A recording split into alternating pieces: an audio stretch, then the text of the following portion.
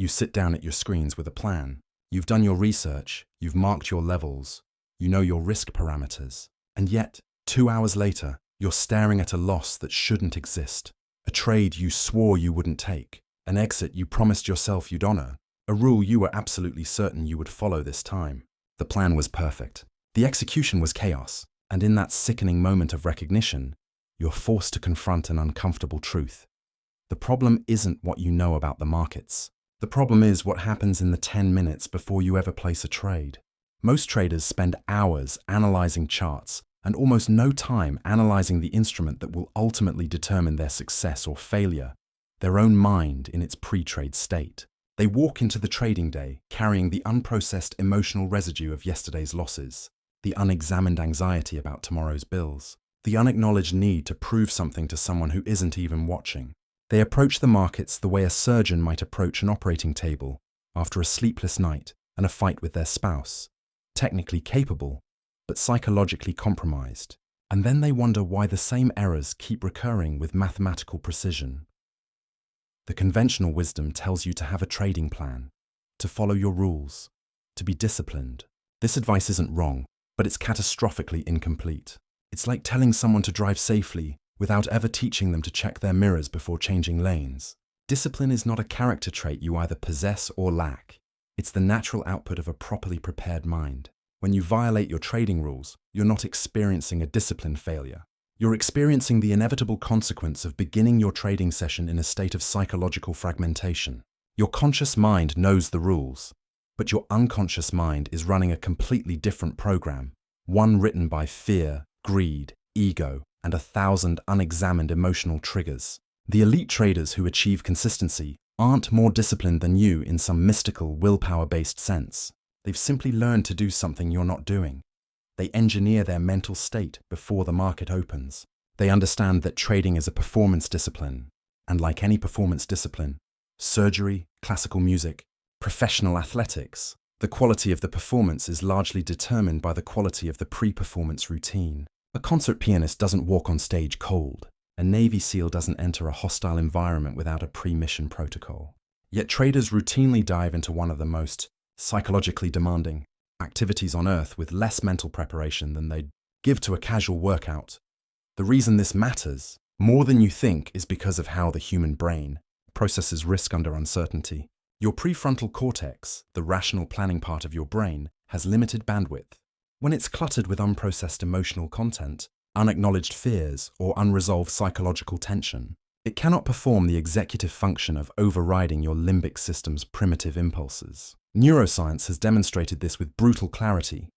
Decision-making quality degrades, not because you forget your rules, but because the neural pathways required to implement those rules are being hijacked by unregulated emotional arousal. You take the revenge trade not because you've forgotten that revenge trading is destructive, but because your amygdala has detected a threat to your ego and is flooding your system with cortisol and adrenaline, narrowing your cognitive aperture to the point where the only solution your brain can generate is immediate action to neutralize the psychological pain. The trader who enters this state doesn't need more rules. They need a different neurochemical baseline. Every trading error you've made in the past 6 months can be traced back to a predictable pattern. You entered the trading session in a state of unexamined psychological arousal, and that arousal distorted your perception, compressed your time horizon, and activated the very cognitive biases you intellectually know to avoid. You knew you were over-leveraging, but your fear of missing out created a perceptual distortion, where the risk seemed smaller than it was. You knew you should have taken the stop loss, but your ego's attachment to being right created an emotional resistance that overpowered your rational protocol. The problem is never information. It's always your state. This is where the 10-minute routine becomes not just useful, but transformative. What you do in the 10 minutes before you begin analyzing markets will determine the quality of every decision you make for the rest of the session. This isn't meditation in the conventional mystical sense. This is psychological engineering. The routine has a specific architecture, and each component serves a precise function in moving you from a state of reactive fragmentation to a state of responsive coherence. You begin with 2 minutes of physiological regulation. Not deep breathing because someone told you it's calming, but deliberate breath work because you understand what it does to your autonomic nervous system. When you extend your exhale beyond your inhale, you're activating your parasympathetic nervous system, which literally downregulates the stress response. You're creating the neurochemical conditions for prefrontal cortex dominance. Elite performers in every domain understand this. You cannot think clearly when your body is in a state of threat arousal. A professional poker player sitting down at a high-stakes table does this. A trauma surgeon before a complex operation does this. They're not trying to feel calm, they're resetting their nervous system to baseline so their cognitive faculties can function without interference. The next 3 minutes are dedicated to what high-performance psychologists call cognitive rehearsal, but it's nothing like the visualization exercises you've been taught. You're not imagining yourself making winning trades. That's fantasy, and fantasy creates attachment. Instead, you're mentally walking through the specific psychological challenges you're likely to face and pre-programming your response. You sit with your eyes closed and you construct the scenario. The market moves against you immediately after entry. You don't visualize it working out. You visualize feeling the discomfort, the urge to exit prematurely, the voice in your head questioning the setup. And then you mentally rehearse your predetermined response with clinical precision. You see yourself checking your initial analysis, confirming that nothing material has changed, and consciously deciding to honor your stop-loss placement. You're encoding the neural pathway before the emotion arrives. When the actual moment comes, you won't be making a decision under duress. You'll be executing a preloaded protocol. This is how astronauts train. This is how hostage negotiators train. They expose themselves to the psychological conditions of the stressor in a controlled environment, so that when they encounter it in reality, their response is automatic rather than reactive. You're not building discipline. You're building a library of preloaded responses that bypass the need for willpower entirely. The next 3 minutes are perhaps the most counterintuitive, but most powerful.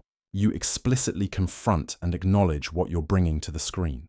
You ask yourself direct questions, and you answer them with surgical honesty. Am I trading today because I see genuine opportunity? Or am I trading to recover yesterday's loss? Am I feeling pressure to perform because I've told someone about my trading, and now my ego is invested in proving something? Is there any part of me that needs the market to do something today? To validate me, to rescue me, to prove I'm smart? These questions aren't therapeutic exercises. They're threat detection.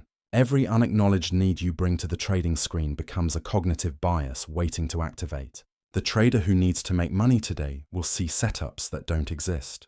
The trader who needs to be right will hold losing positions past their logical exit. The trader who needs to prove something will overtrade, over-leverage, and override every rule they claim to follow. The ruthlessly honest acknowledgement of these needs doesn't make them disappear, but it does something more important. It brings them into your conscious awareness, where they can be managed, rather than leaving them in the unconscious, where they will manage you. A professional gambler understands this distinction perfectly. They know that the moment they need a particular outcome is the moment they've lost their edge.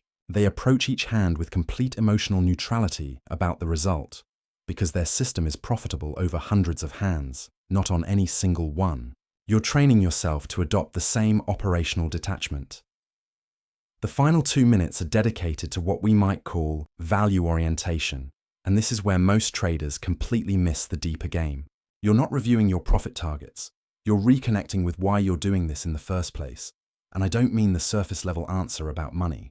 You're reminding yourself that trading is a craft, a discipline, a form of applied intelligence that you've chosen to master, because the challenge itself is worthy of your time and attention. You're reframing the day ahead not as a test of your worth or a source of validation, but as an opportunity to execute your process with precision, regardless of outcome. This cognitive reframe is what separates professionals from gamblers. The gambler is focused on the result of the next hand. The professional is focused on whether they played the hand correctly according to their system. When your identity is attached to process rather than outcome, you become psychologically anti-fragile. A loss is no longer a personal failure. It's data. A win is no longer validation. It's confirmation that your system captured an edge. This shift in orientation doesn't just reduce emotional volatility. It fundamentally changes what you're optimizing for. And what you optimize for determines what you'll become. What you're building with this routine is not a productivity hack. You're building a daily practice of psychological sovereignty. The 10 minutes before you trade are not dead time you're filling with a ritual. They're the foundation of everything that follows. Most traders are trapped in a cycle of unconscious reaction. They bring their unexamined psychological state to the market. That state produces predictable errors. Those errors create emotional pain, and that pain becomes the unexamined psychological state they bring to the next session. The routine breaks this cycle at its source. You're no longer walking into the arena blind. You're arriving with clarity about your internal state, with preloaded responses to predictable challenges, with a nervous system that's regulated rather than reactive, and with a philosophical frame that protects you from the ego distortions that destroy most traders. This is what it means to trade with genuine edge, not better indicators, not better entries, but a better operating system running the decisions. The markets will always be uncertain, but your response to that uncertainty doesn't have to be. When you've done the 10-minute work, you're not trying to control the market. You're operating from a place of internal control, which is the only control that was ever available to you in the first place.